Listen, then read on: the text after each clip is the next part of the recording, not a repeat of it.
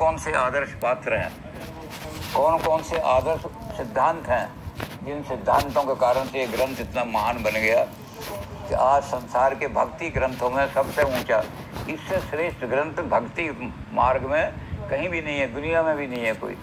और भी कहीं भक्ति मार्ग हो, जहाँ डिवोशनल मार्ग हो, वहाँ भी इतनी ऊंची भक्ति का ग्रंथ कोई नहीं मिलेगा आपको। भारत में बड़े ग्रंथ लिखे गए, लेकिन तुलसी जैसा भक्ति मार्गी ग्रंथ कोई नहीं लिखा गया। बड़े बड़े भक्त पैदा हुए, लेकिन जितना ऊंचा तुलसी का दर्जा मिल गया उतना नहीं मिला। तो इसलिए जब हम रामायण को देखते हैं, सबसे पहली चीज़ हम क्या देखते हैं कि तुलसी ने रामायण को, वाल्मीकि ने जिसको रामायण कहा था, तुलसी ने अपने ग्रंथ का नाम रामायण नहीं रखा। तुलसी ने अपने ग्रंथ का नाम रखा रामचरितमानस।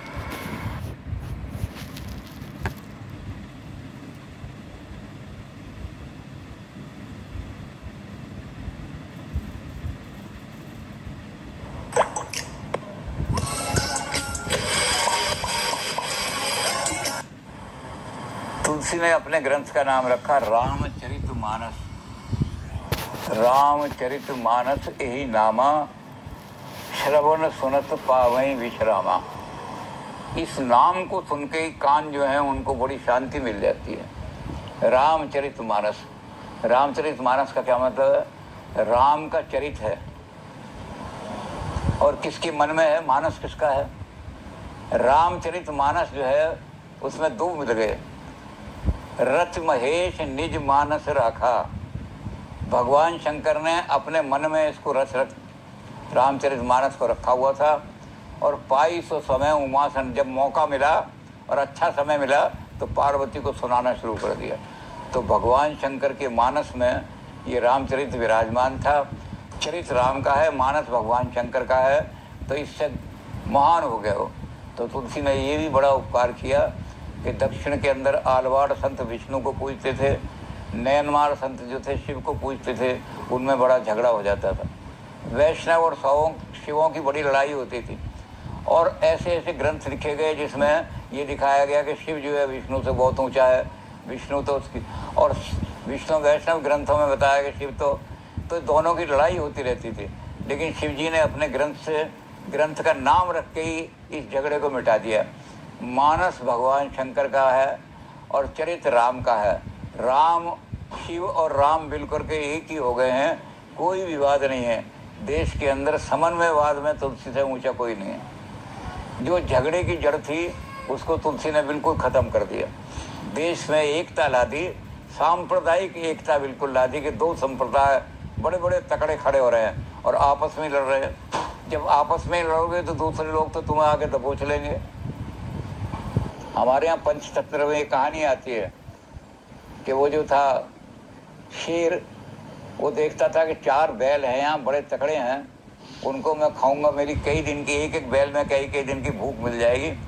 लेकिन जब वो जाता था शेर, तो भेद क्या करते थे कि एक तरफ से आ रहा है तो उधर मुँह करके शेर, वो जो थे बैल सींग मारता था, पीछे वाले उसके आगे आ जाते थे।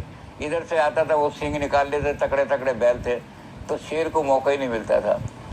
तो लोमड़ी ने कहा कि शेर तो इन बैलों को नहीं खा सकता, क्योंकि इनके अंदर इतना एकता है इनकी कि तू किधर से ही जाए सब मिल करके तुझे मार देंगे। उसने कहा मैं तो भूखा हूँ कई दिन का और हाथ जाता हूँ तो मर जाता हूँ, मुझे बता। लोमड़ी ने कहा एक काम कर, तू इन्हें आपस में लड़वा दे। तो शेर गया, उसने एक बैल की प्रशंसा करनी शुरू कर दी। भाई तू तो बड़ा निर्भय है, तू तो मेरे ऊपर आक्रमण करता है, ये दूसरे बैल तो तुझे कुछ भी नहीं समझते। जब भी मैं आता हूँ तुझे आगे बढ़ा देते हैं कि मरेगा तो सारा यही मरेगा, और नहीं मरेगा शेर भाग जाएगा तो हम भी बच जाएंगे। और ये अपने चैन करते रहते हैं, ये घास खाते रहते हैं, तुझसे मुझे लड़ाते रहते हैं। तो शेर ने जाकर एक बैल से करना शुरू कर दिया। वो बैल जो था, कान में उसके जो प्रशंसा पड़ी तो बैल को शेर की सैराब हो गया। वो दूसरे बैल थे, अगले दिन जब शेर आया तो उसने कहा भाई तुम क्यों नहीं मरते, मुझे अड़ा देते हो क्या? जाओ तुम जाओ, मैं नहीं जाता। बस वो बैल जो था अलग खड़ा हो गया।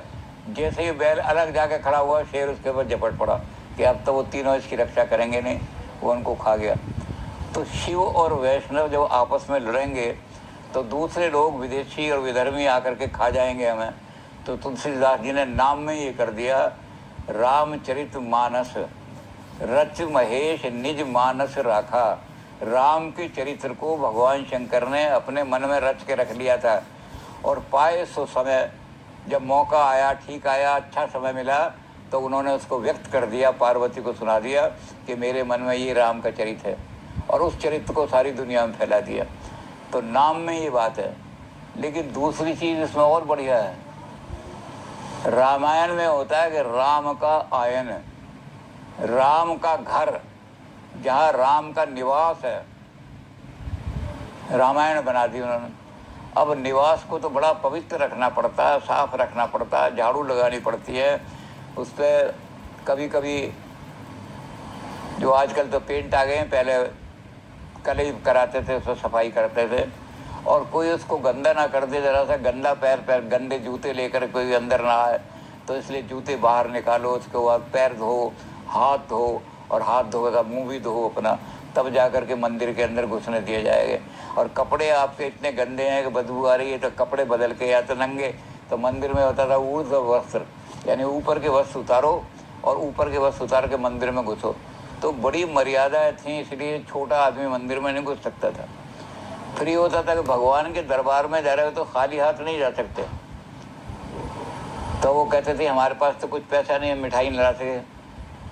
कहने लगे कुछ ना कुछ लेकर के आओ, पत्रम पुष्पम फलम तोयम, फल मिल जाए कहीं से फल उठा लाओ, फूल मिल जाए फूल उठाओ, लेकिन खाली हाथ नहीं जाओगे अंदर। तो बड़ी मर्यादाएं होती हैं मंदिर की। भगवान का मंदिर जितना अच्छा बनाओगे, जितना विशाल बनाओगे, उतनी फिर मर्यादा ज़्यादा हो जाएंगी। दीवार पर तूने हाथ लगा दिया, दीवार गंदी हो गई, चल दीवार को ठीक कर, हाथ धो। तो छोटा मोटा आदमी मंदिर में घुसने की हिम्मत भी नहीं करता, वंचित रह जाता है। तो तुलसीदास जी ने कहा कि मैं इसको राम का मंदिर नहीं बनाऊंगा, मैं राम का निवास स्थान नहीं बनाऊंगा इसको अपने, मैं क्या करूंगा, मानस बनाऊंगा इसको, मान सरोवर। मानस का मतलब मान सरोवर। अब इस सरोवर को जब मैं बनाऊंगा तो जो आदमी सरोवर पर जाता है उसको ये नहीं करता कि पहले पैर धो के जाओ, बल्कि ये होता है वो तो सरोवर में जाके पैर धोता है। सरोवर में जाएगा तो पैर का मैल छूट जाएगा उसके, और मंदिर में होता है कि पहले मैल छुटा के मंदिर में तब आओ। तो तुलसीदास जी ने कहा कि मैं सरोवर बनाऊंगा तो कभी इधर से कोई आदमी आएगा तो उसकी कोई जात नहीं पूछेगा, गोत्र नहीं पूछेगा, वो जाके सरोवर में हाथ भी धो लेगा, पैर भी धो लेगा, और अपना कुल्ला भी कर लेगा, आचमन भी कर लेगा। तो किधर से, फिर दूसरी तरफ ये मंदिर का तो द्वार है, उस द्वार से ही आपको आना पड़ेगा। वहाँ द्वारपाल खड़े हैं, वहाँ आपका गोत्र पूछेंगे, जाति पूछेंगे। सरोवर में कोई ऐसा गेट नहीं, कहीं से आ जाओ, तो किसी भी जाति का आ जाओ कहीं भी, सरोवर में कोई सरोवर में नहीं पूछता।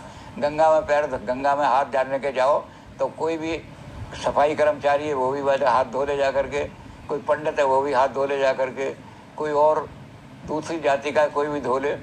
तो सरोवर के अंदर कोई जात पात नहीं पूछी जाती, निर्धन हो या धनी हो ये भी नहीं पूछी जाती। कोई धनी है तो गंगा जी में इसलिए जाएगा कि गंगा का जल बढ़िया से ले आऊँ घर बाग, और जो गरीब है वो इसलिए जाएगा कि मेहनत करके आया हूँ तो अपने कपड़े वहीं धो लूँगा। तो जो गंगा जी, जो आप मंदिर में कहोगे तो पहले कपड़े साफ करो तब मंदिर में जाओ, जब आप सरोवर में जाओगे तो वहाँ जाके गंदगी दूर हो जाएगी, सारे मैल आपके दूर हो जाएंगे। कोई जाति पाति का प्रश्न नहीं होगा, कोई धनी निर्धन का प्रश्न नहीं होगा। तो तुलसीदास जी ने कहा कि मैं अपने इस ग्रंथ को सरोवर बनाऊंगा, ये मान सरोवर है, इस सरोवर में कोई आ जाओ, कहीं से आ जाओ, किसी तरफ से आ जाओ, जात पात पूछे ना कोई, यहाँ कोई जात पात नहीं पूछी जाएगी। तो तुलसी के रामचरितमानस का ये भी अर्थ है कि ये सरोवर बना दिया इन्होंने, इस सरोवर में कहीं किसी से कोई नहीं पूछता। और यहाँ ये है कि पहले हाथ धो कपड़े धो तो आ जाओ, यहाँ ये होता है कि नहीं यहाँ आ जाओ, आपका मैल सारा ये सरोवर काट देगा।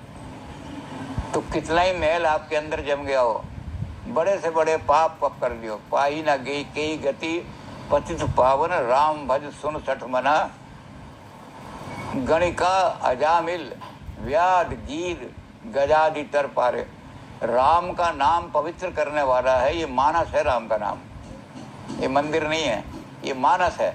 इस मानस में आने से हाथ धो करके, कपड़े धो करके, पैर धो करके पवित्र हो जाता है सारा आदमी। तो इसलिए तू देख ले, प्रसन्न देख ले कि जिन्होंने राम का नाम लिया, तुलसीदास जी कह रहे हैं, कौन आदमी है जो पतित से पतित, नीच से नीच गिरा हुआ था और उसका उद्धार नहीं हुआ। तो सबसे पहले किसका नाम लिया? गणिका। गणिका जो थी वैश्या, कोठे में बैठी हुई है, वैश्या चला रही है, खुद भी पतित है और लोगों को पतित करती है रोजाना। पता नहीं कितने लोगों का पतन कर दिया उसने। तो एक दिन क्या हुआ कि एक आदमी जो पक्षी बेचता था, यही काम करता था पक्षी बेचने का, वो उधर से निकला तो तोता बोला, तोता बड़ी मीठे स्वरों में बोला। तो वो जो वैश्या थी उसने अपने नौकरानी से कहा कि देखिए तोता बड़ा अच्छा बोल रहा है, इसने तोते वाले को यहाँ बुला के, वो तोते वाले को बुला कर आई। कहने लगे तुम्हारा तोता जो बोल रहा था अभी, क्या बोल रहा था? उसने कहा ये बोला था मिट्ठू कहो राम राम, मिट्ठू कहो राम राम। कहले तो बड़े सुरीले रंग में बोल रहा था, इस तोते को मुझे दे जाओ। तो कहने लगा माता जी आप इस तोते को नहीं खरीद सकते। कहने क्यों नहीं खरीद सकती? मेरे पास अपार धन है, बड़े बड़े राजे महाराजे आते हैं और सोना और चांदी के जेवर चढ़ाते हैं, मैं कैसे नहीं खरीद सकती? बोल कितना पैसा लेगा? कहने लगी पैसे की बात नहीं, ये तोता आपको परेशान कर देगा, तो यह तो आप तोते को मेरे को मार दोगी और ये आप परेशान हो जाओगी। कहने क्यों? कहते इसकी बुरी आदत पड़ गई है, ये सुबह 5 बजे ही करना शुरू कर देता है, मिट्ठू बोलो राम राम, मिट्ठू को राम राम। कहने कोई बात नहीं, करता है तो करने दे, लेकिन मुझे बहुत अच्छा लग रहा है। उसने गणिका ने वो तोता खरीद लिया, उसको पैसे दे दिए। अब वो तोता आ गया, उसकी तो आदत थी। तो पहले दिन तो उसने कहा मैं अभी तो सोई थी, 12 बजे तक, 12:30 बजे तक कोठा चला था, 1 बजे तक, अभी इनने 5 बजे टेंटे करनी शुरू कर दी। पर उन्होंने कहा वो कह गया था कि इसे मारना मत तोते को, अगर ये आपको परेशान करे तो मुझे ही वापस कर देना, पैसा मैं जब ही लूँगा जब ये तोता आप थोड़े दिनों 1 हफ्ते 2 हफ्ते देख लोगी, नहीं तो मैं अपना तोता ले जाऊँगा वापस। तो उन्होंने कहा मार तो सकती नहीं मैं, ये चींची कर रहा है। 2 दिन उसने करी, तो तीसरे दिन वो कहने लगी अपनी नौकरानी से कि ये तो अपनी आदत छोड़ेगा नहीं, कल ऐसा करना कि तो हमारा जो कोठा 1 बजे तक चलता है, कल मुझे जल्दी सुला देना, मैं 12 सवा 12 बजे या 11:30 बजे सो जाऊंगी, ताकि 5 बजे ये टूटी करे तो मेरी नींद खराब ना हो। तो घंटा 1.5 घंटा पाप से बच गई हो पहले ही दिन। अब जो तोता जो था उसने फिर वही करना शुरू किया, वो उठ के चली जाती थी, नींद उसकी खराब नहीं होती थी, क्योंकि 11:30 बजे लोग कहने लगे कल तक तो ये कोठा 1 बजे तक चलता था, इतना शानदार कोठा था, क्या हो गया है? कहते जी बस अब तो भाई जी ने कह दिया है कि 11:30 पौने 12 बजे के बाद मुझे सोने का मौका देना, कोठा मत चलाना। और बड़े लोग कहें इतना पैसा देते हैं, हम ये करते हैं, कोठा नहीं खुल सकता। 3-4 दिन के बाद वो जब बैठी हो, तुम जब उन्होंने कहा मिट्ठू बोलो राम राम, वो उसके पास जाके बैठती, मिट्ठू बोलो राम राम। तोता कहता मिट्ठू बोलो राम राम, वो भी कहती मिट्ठू बोलो राम राम। तो वो कहने लगे अपनी बांधी से कि मैं रात को इतना पाप करके, गंदा शरीर होता है मेरा, और ये तोता जगा देता है मुझे, तो तू और ज़रा थोड़ी देर पहले जगा दिए, अगर नहा धो करके इसके मिट्ठू बोलो राम राम ऐसे शरीर से नहीं बोलनी चाहिए। तो मैं कल नहाने धोने का भी मौका मिल जाए तो कल मुझे 4 बजे जगा देना, ये 5 बजे शोर मचाता है, तो 4 बजे जगा देना, तो कोठा 10 बजे ही बंद कर देना। टाटा टी अग्नि का वही स्वाद, वही जोश, अब सिर्फ 20 रुपए में। तो कोठा 10 बजे बंद हो गया। अब वो कहने लगी बिना नहाए धोए मिट्ठू राम राम नहीं कहना चाहिए, तो जाकर के नहाने धोने में टाइम लगा के वहाँ बैठती। तोता फिर जो था बोलता था सब, तो मुझे बोलता रहा तोता, तो उसने कहा कि अब मैं जब पाप करती हूँ इस शरीर से तो ये ठीक नहीं, नाम राम। तो उसने कहा कल से कोठा बंद करो। कोठा बंद कर दिया उसने, गणिका ने। तो पाई ना गति, राम नाम के लेने से पवित्र हो गई वो। ये नहीं हुआ कि पहले तुम पवित्र बनो, पहले गंदगी छोड़ो, पहले बुरे काम छोड़ो तब राम नाम छपोगे, बल्कि हुआ ये कि राम नाम की तरफ आओगे तो गंदगी अपने आप छुटती चली जाएगी। तो गांधी जी प्रार्थना सभा में बैठते थे शाम को, तो प्रश्नों के उत्तर दिया करते थे, और राम भक्त हो तो उनके यहाँ तो वही था, राम जी के नाम लेते थे। तो एक महिला खड़ी हुई, उस महिला ने गांधी जी से कहा कि गांधी जी मैंने कबीर का दोहा पढ़ा कि तुलसी माला कबीरा माला काट की यूं समझावे मोए, मन न फिरावे अपना तो काय फिरावे मोए। कहले मैं माला फेर रही थी। कबीर ने कहा कि काठ की माला जो तू फेर रही है इससे क्या फायदा होगा तुझे? तू अपना मन तो फिरा नहीं रही दुनिया से और माला फेर रही है, तो क्या तुझे क्या मिलेगा? तो मैं माला फेरनी बंद कर दूं क्या? तो गांधी जी, क्योंकि हम भी गांधी जी की सभा में बैठ जाते थे जाके, तो गांधी जी जो थे वो कहने लगे बेटी तुम ठीक कह रही हो, लेकिन तुम्हारी दिशा बड़ी अजीब तरह की दिशा है।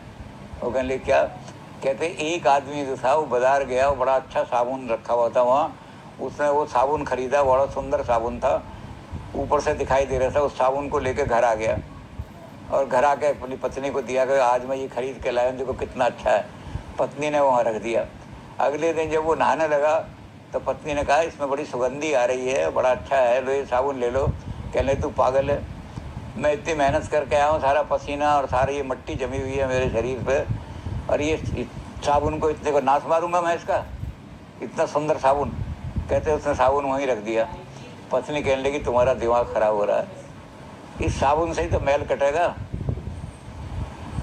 ये तुम्हारे मैल जो जम गया है, इस मैल को पानी इतना पानी डालोगे 10 बाल्टी तब जाके छुटेगा, और एक बार साबुन लगा लोगे तो 1 बाल्टी में छुप जाएगा। तो साबुन किस लिए लाए हो, उठाओ। तो कहते बेटी उसने साबुन मला तो मैल छूट गया। तो ये माला जपने से ही तो मन फिरेगा, पहले मन को फिराओ तब माला जपो, ऐसा कैसे काम होगा? कहते ये ऐसा ही है। तो ऐसे ही कि राम नाम लेने से ही तो मैल कटेंगे सारे। मानसरोवर बना दो इसको, गंदे से गंदा भी आदमी मंदिर में नहीं जा सकता वो, लेकिन वहाँ सरोवर में आकर के सब अपनी गंदगी धो देगा। तो तुलसी ने अपने ग्रंथ का नाम ही ऐसा रखा जिस नाम से लोग जो थे प्रभावित हो गए कि वाकई ये तो मानस है, मानसरोवर है, मैं कितना ही पतित हूँ। गणिका अजामिल ये गीद है। अब गीद को तो क्या है, उन्होंने कहा गीद खगादम आमिष भोगी, सब परिंदों में सबसे नीच परिंदा गीद माना जाता है, और आमिष भोगी मांस खाता है मरा हुआ। लेकिन राम की भक्ति के कारण से क्या हुआ, जब उसने राम की भक्ति की और राम के लिए अपना प्राण न्यौछावर कर दिए, धर्म के लिए प्राण न्यौछावर कर दिए। और कैसे कर दिए कि उसने गीत ने कहा कि महाराज मैं दोनों पंख से उड़ रहा था, रावण ने पहले मेरा एक पंख काटा, मैं नीचे गिरा, फिर भी मैंने एक पंख से उसके ऊपर आक्रमण किया, दूसरा पंख भी काटा, फिर भी मैंने कहा कि मेरे होते हुए दुनिया में अन्याय नहीं हो सकता, धर्म के लिए जान देने के लिए मैं खड़ा हुआ हूँ। तो राम ने कहा तुमने निष्पक्ष होकर के, पंख का मतलब होता है पक्ष, आदमी धर्म का पालन पक्ष के कारण से करते हैं। कुछ आदमी धर्म का पालन इसलिए करते हैं कि धर्म के नाम से पैसा कमा लेंगे। कितना चढ़ावा आया, उन्होंने कहा जी 2000 रुपये चढ़ावा आया, तो और प्रचार करो। तो पैसे के लिए वो धर्म का काम करते हैं। श्रद्धा धर्म में नहीं होती उनकी, श्रद्धा पैसे में होती है। यहाँ अच्छे लोग नहीं है, यहाँ पैसा नहीं चढ़ेगा, यहाँ नहीं हम करेंगे कथा, कहीं और करेंगे कथा। तो उनका एक पक्ष तो होता है वित्त का, धर्म की का प्रचार करने वाले पैसे के लिए प्रचार करते हैं, और दूसरा पक्ष होता है लोकेशना का। मैं धर्म का प्रचार कर रहा हूँ तो मेरे बड़े बड़े पोस्टर छपने चाहिए, ये भी कैलाश, बड़े बड़े ग्रंथ छपने चाहिए। और तुम जैसे महान आदमी के जो धर्म के लिए लड़ रहा है, राम के लिए लड़ रहा है, और दोनों पक्ष त्याग दिए तुमने। तो निष्पक्ष होकर के जो राम के लिए भक्ति करता है, तुलसी ने कहा गीद को गोद उठाए दया निधि, बारिद लोचन में भरी बारी,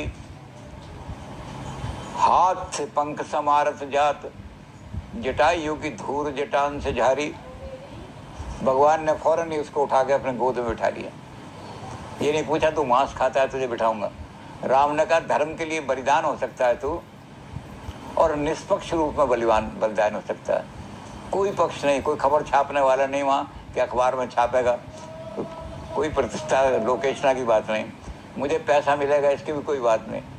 तो जो पक्ष त्याग करके निष्पक्ष होकर के और धर्म के लिए लड़ते हैं, तुलसी ने कहा कि ऐसे लोगों को राम अपनी गोद में बिठा लेते हैं। तो गीद को गोद उठाए दया निधि। अब जब गोद में बिठाया तो देखा इसके जो जख्म लगे हुए हैं, तो लक्ष्मण जी से कहने लगे लक्ष्मण इन जख्मों को धोने के लिए गरम गरम पानी डालो, नहीं तो इन पर तकलीफ होगी, ठंडा पानी डालने से दर्द होगा, कहीं से गर्म पानी लाओ। तो लक्ष्मण जी कह रहे हैं जंगल में देखता हूँ कहीं घास मिल जाएगी, लेकिन अग्नि कहाँ से लाऊंगा। तो लक्ष्मण जी सोच ही रहे थे, राम ने कहा हो लक्ष्मण ने एक बात सुन। तो क्या कहते, मेरे जो अश्रु गिर रहे हैं ना, ये मैं जख्म पे गिराऊंगा इस पे, तो ये गरम गरम पानी गिरेगा। तो और कहने लगे इसको कैसे गिराऊंगा, बारिज लोचन में कटोरी में पानी गर्म करते हैं ना, तो कहते माँ ये करती थी तेरी नेत्र कमल जैसे हैं। तो माँ मेरे नेत्रों को कमल जैसी कहती थी, कमल की पत्री कटोरी जैसी होती है। तो मैं वो गर्म जो आंसू हैं जो गिर रहे हैं उनको पहले अपने आँख के कमल के गिरूंगा और फिर वो यहाँ आंसू डालूंगा गरम गरम। तो भगवान रो रहे हैं उस आदमी के लिए जिसने बलिदान किया अपना धर्म के लिए। बारिज लोचन में भर बारी। तो गीत कहने लगे मेरे जख्मों को बड़ी शांति मिल रही है, गरम गरम पानी से मेरे कोई जख्म धो रहा है। कौन धो रहा है? राम ने कहा कोई नहीं, चिंता करो। और फिर क्या हुआ, जब जख्म धुल गए तो मिट्टी जमी हुई थी दिखाई दी। तो फिर उन्होंने लक्ष्मण से कहा कि लक्ष्मण मिट्टी को धोने के लिए अगर कोई हार्ड चीज़ से हम धोएंगे तो चोट लगेगी, कोई सॉफ्ट चीज़ देखो, रेशम वेशम मिल जाए तो लक्ष्मण ने कहा मैं अपना देखता हूँ कपड़े को जो पहना हुआ है इसको फाड़ूं, मुलायम हो। तो फिर राम ने कहा कि नहीं, कपड़ा वपड़ा फाड़ने की जरूरत नहीं। तो गीत को गोद उठाए दयानिधि, बारिज लोचन में भर भारी, आंख में आंसू आ गए, गरम गरम आंसू गिरने लगे और नेत्र कमल कटोरी की तरह से उसमें आंसू भर करके गीत के जख्मों पर डाले। और फिर क्या हुआ कि अब हाथ से पंख संवारत जात, अब जो मट्टी है उसको हाथ से संवारा तो क्या हुआ कि कोई सॉफ्ट चीज़ चाहिए लक्ष्मण। तो जटान की धूल जटान से झारी। कहने लगे लक्ष्मण मेरे बाल जो हैं रेशम जैसे कोमल हैं। तो जटाएं खोल दी अपने और जटाओं को खोल करके वो गीत के जो थे जख्म वो झाड़ने शुरू किए और गीत को तो जटायु की धूल जटान से झारी और इस तरह का काम किया। तो कहते जो तुलसी कह रहे हैं कि जो पापी है जो मांस खा रहा है लेकिन राम के लिए उसने अपना बलिदान दे दिया, धर्म के लिए बलिदान दे दिया, तो उसे वो गति मिली। राम की गोद में लेटने का मौका तो बड़े बड़े ऋषियों और मुनियों को नहीं मिलता। राम ने अपनी गोद में उसको लिटा लिया, अपने आंसुओं से उसके जख्म धोए, अपनी जटा खोल दी कि रेशम की तरह से इसकी मट्टी साफ कर दूं मैं। तो कहते तुलसी कि जो इसको मानस में आकर के अपने आप को धोएगा उसके तो पाप अपने आप धुल जाएंगे। तो इसका नाम उन्होंने मानस दोनों तरह से कर दिया, शिव जी का मानस और इधर ये मानसरोवर।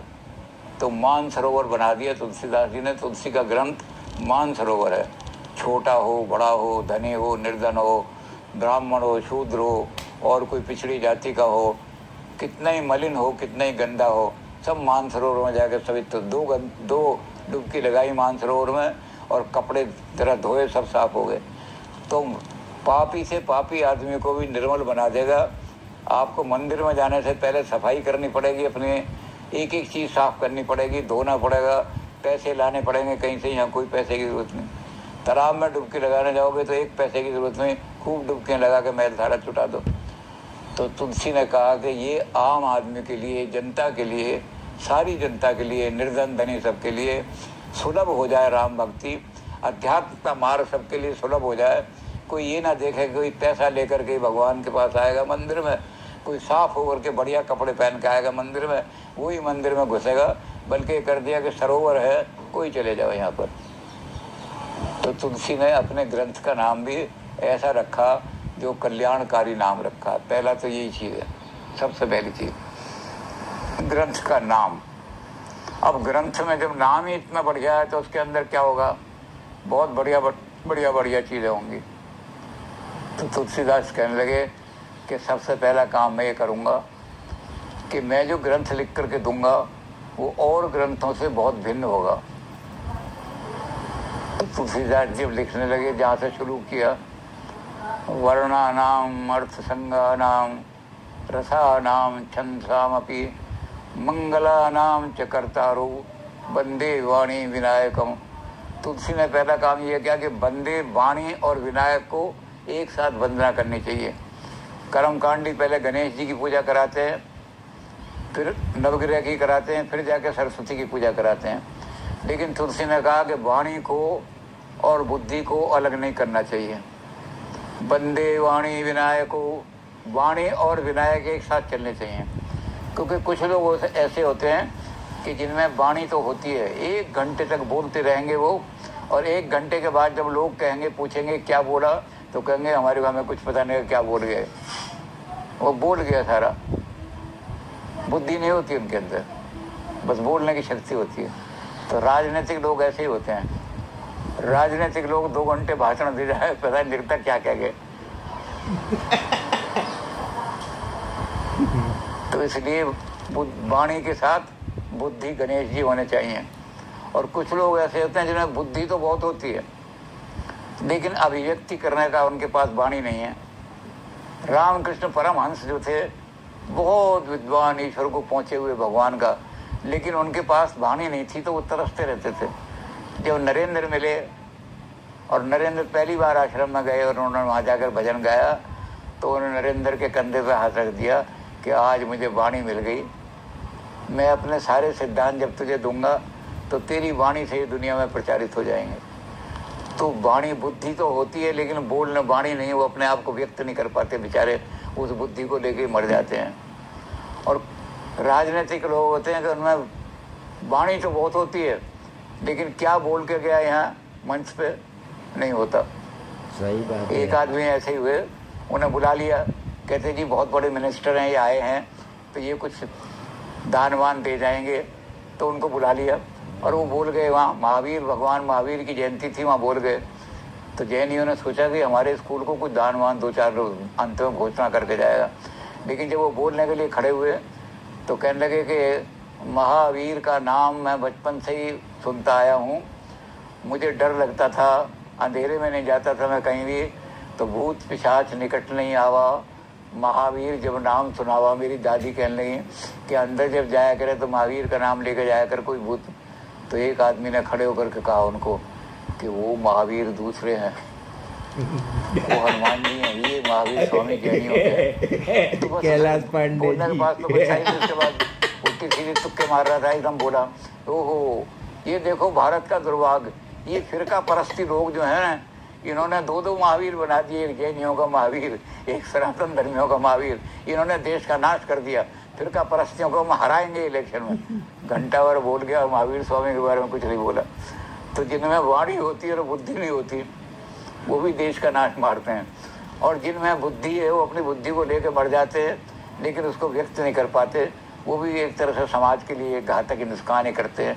तो तुलसीदास जी ने पहली जो अपना सबसे पहला जो वाक्य लिखा, उसमें पहली चीज तो लिखी, वंदे वाणी विनायकम। वाणी वाणी वाणी को और विनायक को साथ साथ पूजन करो। वाणी है तो मैं वो शब्द बोलूं जो बुद्धि से भरे हो, जिनके पता लगे कि कुछ बुद्धिमानी की बात बोल गया है। और अगर बुद्धि है तो कोई ऐसी देखो, कोई ऐसा नहीं जो आपकी वाणी आपको वाणी